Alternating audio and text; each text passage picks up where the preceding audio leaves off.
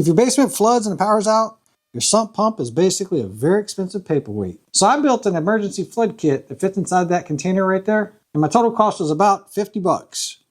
Let me show you what's inside and why this could save your basement at 3 o'clock in the morning. I'm also gifting one of these to a friend because it's the kind of thing that you hope you never need, but you really want it when you do need it. Let's check this thing out.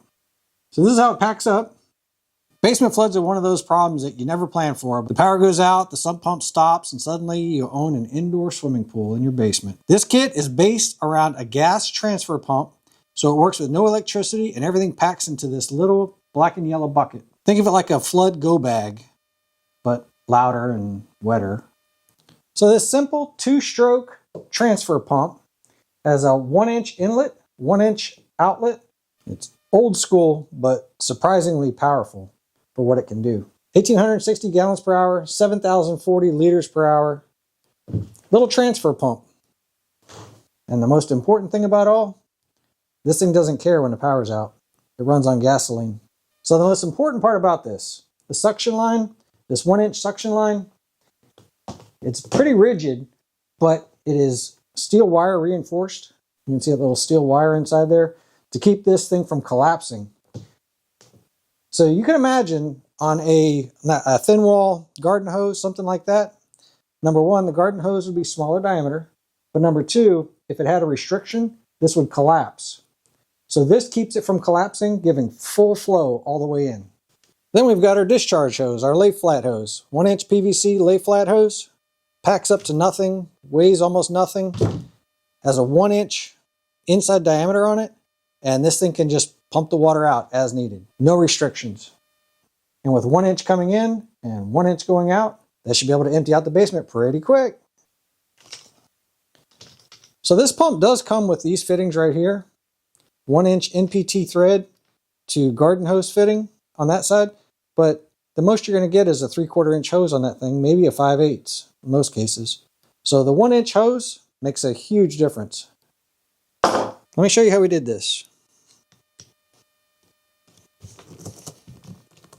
So you can leave this hose off if you need to, if it packs up differently.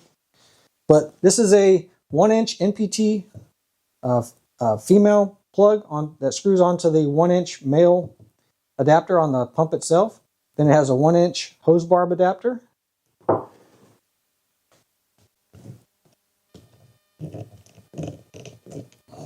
little bit of Teflon tape, keep it from leaking.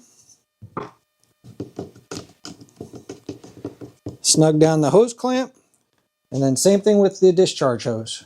So nothing fancy, nothing expensive, just stuff that you need at 2 o'clock in the morning when the emergency arises. And most importantly, all of this stuff fits inside that bucket. Let me show you. It's just a coil of hose, little parts kit, lay flat hose drops between the handle and the body, a little bit of elastic cord that I've got wrapping it up, and you want to throw a couple of tools in there. Just set it on the shelf and hope that you never need it. But if you do, it's ready. All right, real quick, how to use this thing. First off, that pump has to sit outside because a carbon monoxide detector is not part of this emergency kit. So keep that gas-powered pump sitting outside.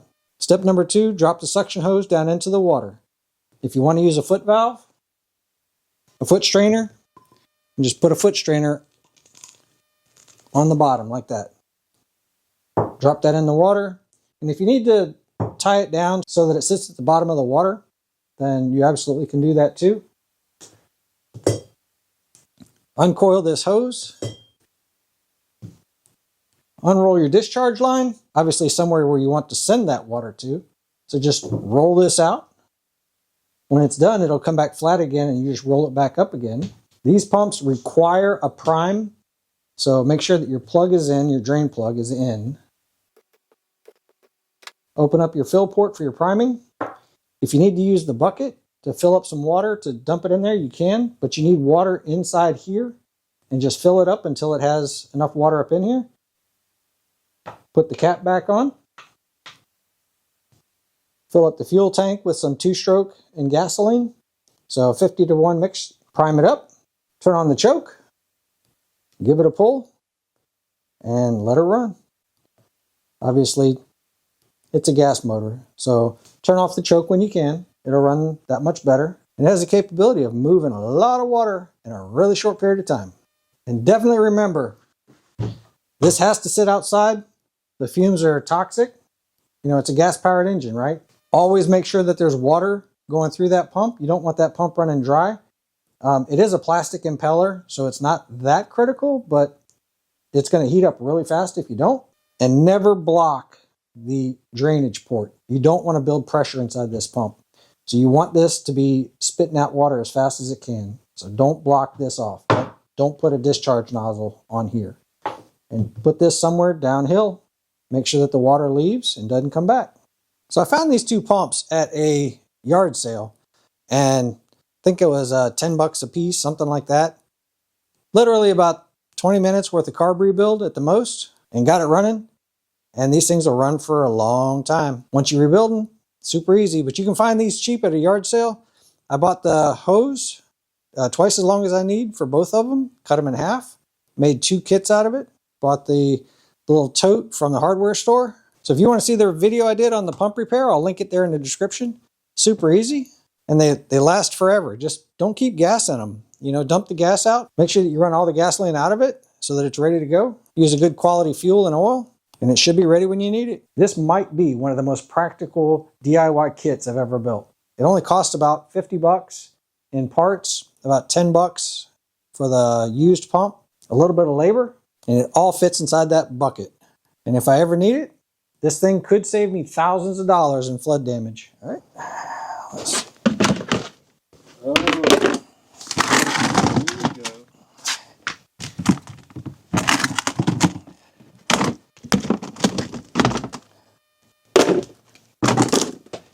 All right, just take and put this on here, snug it up,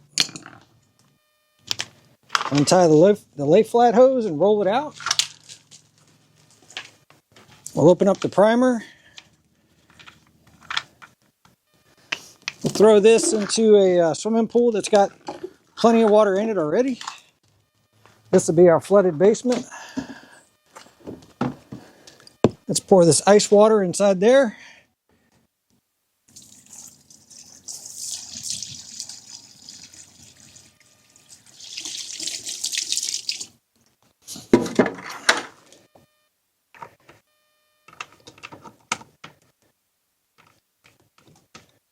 And put the cap on.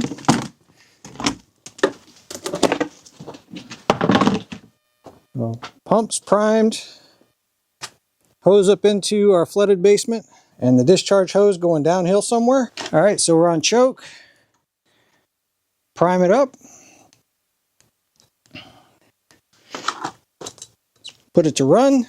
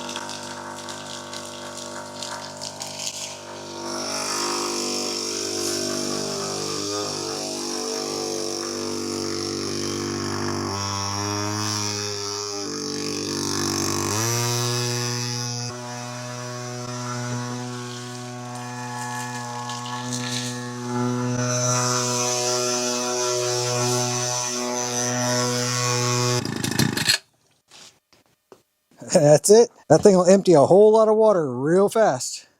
Hope y'all got something out of the video. If you enjoyed this kind of content, consider subscribing. I'll catch you guys on the next one. Thanks for hanging out, y'all.